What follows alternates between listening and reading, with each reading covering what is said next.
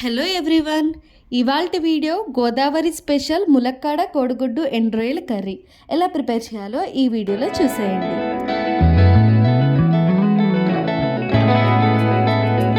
ములక్కాడ curry prepare చేసుకోవడం కోసం ముందుగా స్టవ్ ఆన్ చేసుకుని బాండి పెట్టుకుని 2 లేదా 3 టేబుల్ స్పూన్స్ వరకు ఆయిల్ని యాడ్ చేసుకోవాలి.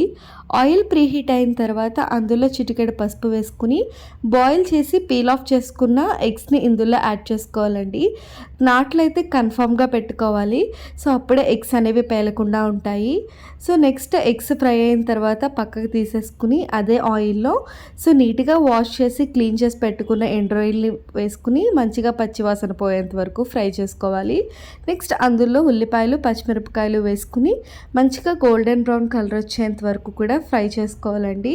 సో దీన్ని మనం లో ఫ్లేమ్లో పెట్టుకుని ఫ్రై చేసుకోవాలి ఆనియన్స్ అనేవి, అప్పుడే కర్రీ టేస్ట్ అనేది బాగుంటుంది, ఎస్పెషల్లీ ములక్కాడ కర్రీకి అండి.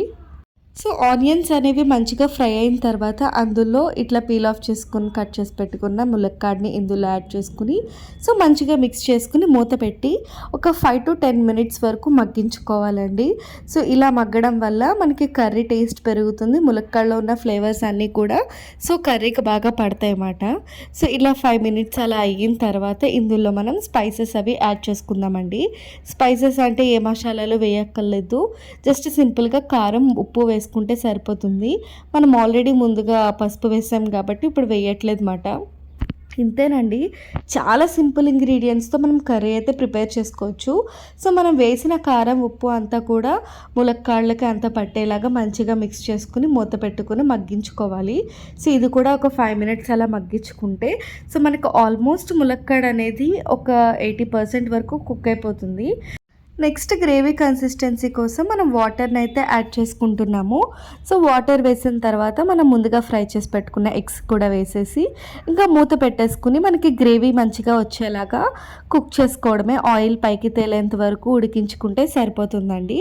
ఇంకా ఫైనల్గా మనం ఒక బౌల్లోకి సర్వ్ చేసుకుంటే గోదావరి స్పెషల్ అయిన ములక్కాడ కోడిగుడ్డు ఎండు రొయ్యల కర్రీ అయితే రెడీ అయిపోతుందండి. సో ఈ కర్రీ మనకి రైస్లోకి అయితే ఎక్సలెంట్గా ఉంటుంది. సో దీంతో కాంబినేషన్గా చారు లాంటిది ఏదైనా ఉంది అంటే ఇంకా ఆ రోజు భోజనం అమృతం అనే చెప్పుకోవచ్చండి. మీరు కూడా ఈ రెసిపీని ట్రై చేసి ఎలా వచ్చిందో నాకు కామెంట్ సెక్షన్లో కామెంట్ చేయండి.